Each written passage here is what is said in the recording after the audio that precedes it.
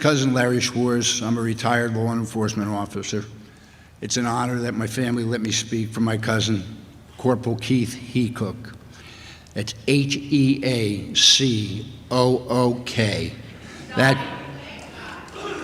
That's for the media, the rush to get the story out. You always spelled it wrong. And to watch for Keith was April 28th. That's when shock trauma found they could do no more for Keith. But Keith continued life support, the hero to the end, to donate his organs. On April 24th, Keith was getting ready for his midnight shift. Your thoughts are not, what's going to happen to me today? It's, does the kid have a game? Do I got to go to the bank? Am I getting enough sleep for my side job when you're going to work? Not, is this going to be my last day at work? Keith went about his shift. He was able to stop by and see my Aunt Anita. Working in a smaller community, you get to do that. After he was done, he got back in his patrol car, went about his shift. Sometime around 5 a.m., Keith received a radio call for a disturbance, and he was dispatched alone. He didn't know that an actor had already attacked people in the home. He did not know that two elderly neighbors were also attacked and savagely beaten. But like the cop he was, he responded alone. In that home, he met an attacker, an unarmed man. Keith fought hard for his life. He had so much to live for. Was he thinking of his wife, Susan? His son, Matthew, his mother, Anita? Siblings, Mary Alice, Tommy, Kathleen, and Anita Claire. Other family, Colin, Michelle, Clint, Chuck, nieces and nephews, everybody that was in his heart, while he was fighting for his life alone. Giving everything he had to make sure he could get back to his family. But that didn't happen, because in the real world, criminals don't always comply, and unarmed criminals can kill you. Corporal Heacook did not have a backup. He didn't have a backup. He had a dispatcher who checked up on him. No response, they started getting help. I can't imagine the feelings running through the mind of the dispatchers and the other officers responding. When they arrived, they found their worst fear. They had to find the actor, that's the bad guy. They had to save their brother. Everyone did their best. To all those first responders who tried to help Keith, my family thanks you from the bottom of our hearts.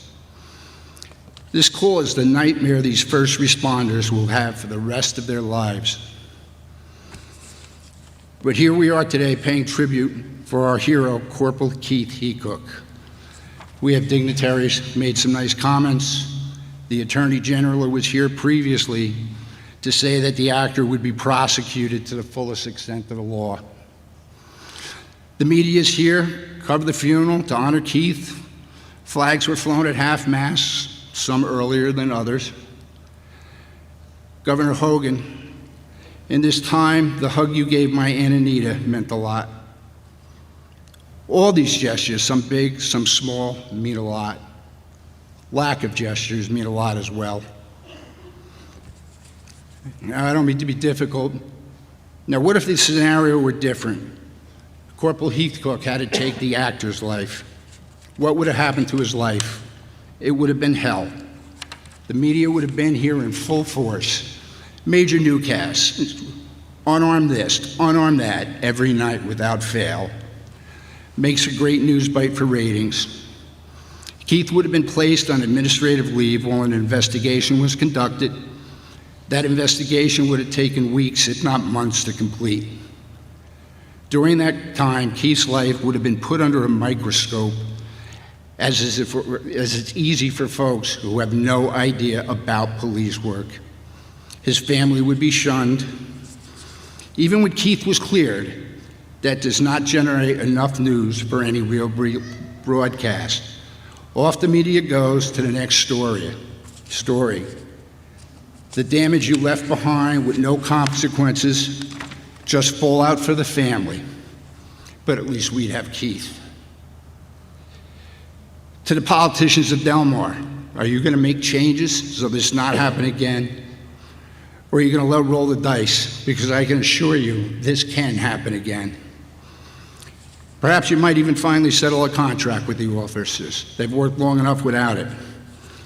Something you consider when you can't find replacements for the Delmar Police Department. Chief Barkley, sir, you're the leader. This is the time for your voice to be heard. I heard your newscast when you said you needed more manpower. Chief, stand up and fight for your officers. Don't be silenced. They deserve it.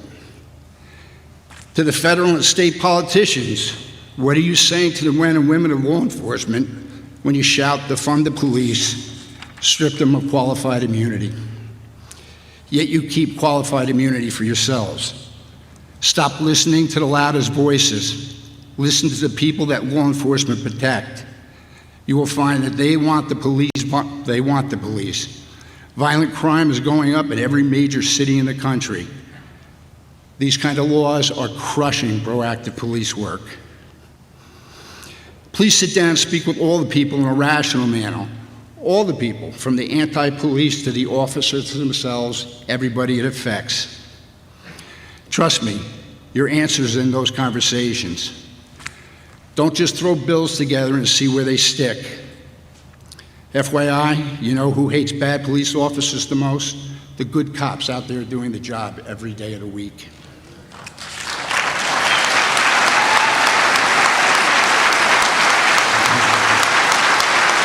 Thank you.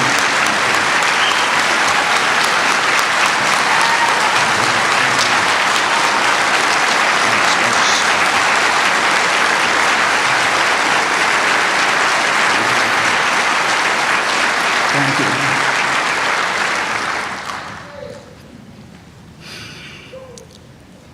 To the hundreds of brothers and sisters standing outside here for Corporal Keith Heacook, we thank you. We want you safe. We want you to go home every day to your families. We are a proud, diverse family of nurses, military, police, fire, and teachers. We feel your pain as you feel ours. For all, remember his wife Susan, his son Matthew, his mother Anita, his family, Mary Alice, Tommy, Kathleen, Anita Claire, and any and all who cared for Keith.